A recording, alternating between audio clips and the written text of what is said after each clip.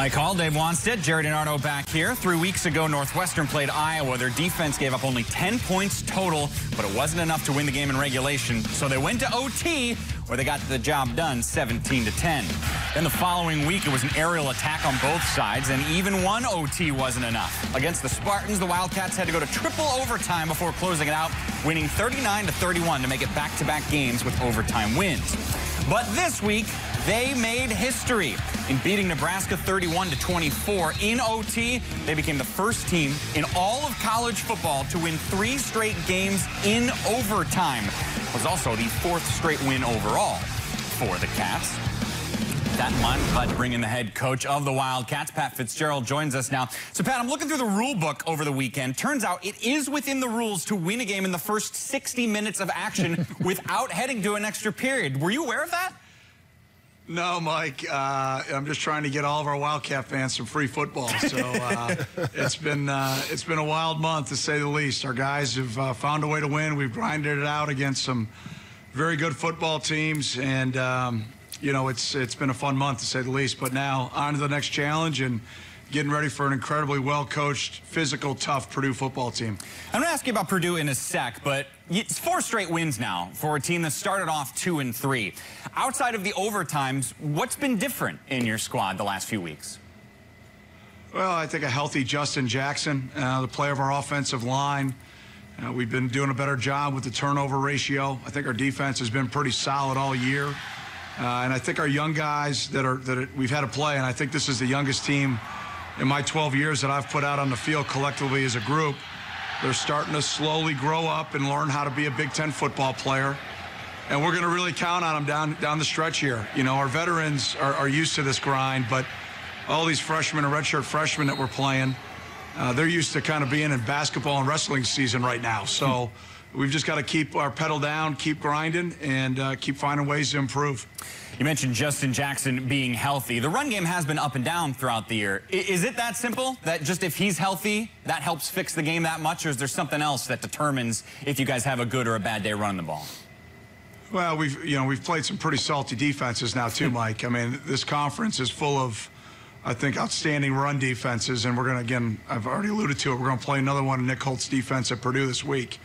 So I think it's a byproduct of a couple things. I think we're playing more consistent fundamentally up front. We've been getting the ball out of into Justin's hands a little bit more creatively too. Like Sparty lowered the box, we got it to him in space. Same thing with Iowa. But he's a great football player. He's an outstanding teammate. He may be the toughest young man that I've coached. And to see the way that he's playing right now is at a very high level, and he gives us a chance to be successful every time he touches the ball. Similar question with Clayton Thorson in the passing game. What determines if it's a good day or a bad day passing the ball? Yeah, whether or not we win, brother. Pretty simple. You know, he's the all-time winningest quarterback now in Northwestern football history, and he's got a lot of football ahead of him. And it's the position though. You know, when you throw for a lot of touchdowns and a lot of yards, everybody says it was because of you. And when you throw picks, and maybe it wasn't your best day, it's like, wow, I guess we're winning in spite of him. So he's been through a lot, and I wouldn't want anybody else being our trigger man. He's consistent mentally. Again, another outstanding leader and a great teammate. And those are some things right there, that play.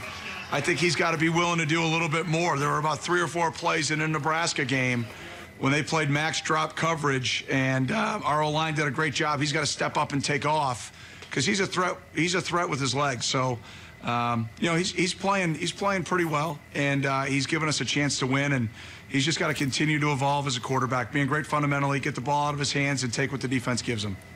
Let me turn to your defense. When was the last time you had a redshirt freshman as impressive as what we've seen from Patty Fisher this year? I'm not sure I have. He's special. You know, he's got, first of all, an amazing pedigree. Katy High School, one of the best high school football programs in the country. You can see him right there playing with his feet apart, fundamentally very sound, great in space, very physical, runs his feet on contact. Is a guy that puts the work in the film room. He has a great, I think, football IQ and nose for the football. And he's a guy that enjoys contact. You know, in a day, in an era that we're playing more in space, You know, Patty's a guy that enjoys contact, but I think it starts back at home when he played for Gary Joseph and the Katy Tigers, man. They got him prepared, to say the least. Last one for you. We talked about Purdue earlier. That's your upcoming game. If I gave you either Dave Wannstedt or Jerry DiNardo to be on your staff this week as you prepare for Purdue, which one would you take and why? I would take them both on my equipment staff. I'd have them used as guys that help my dad with the headphones. So then when there's a mistake, I can fire both their rear ends like I get to fire my father every Saturday there's a mistake with the headphones. But you're talking about two guys right there now that are outstanding. I would take them both, man.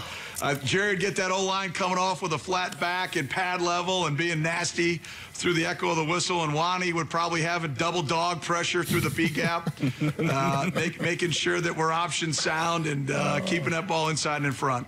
Well, I'll check if that's possible. In the meantime, congratulations on the great turnaround, Pat. Thanks for giving us some of your time. The credit goes to our players and our staff. Thanks, guys. Hopefully we give you a great last 3 weeks. Appreciate it. Go Cats.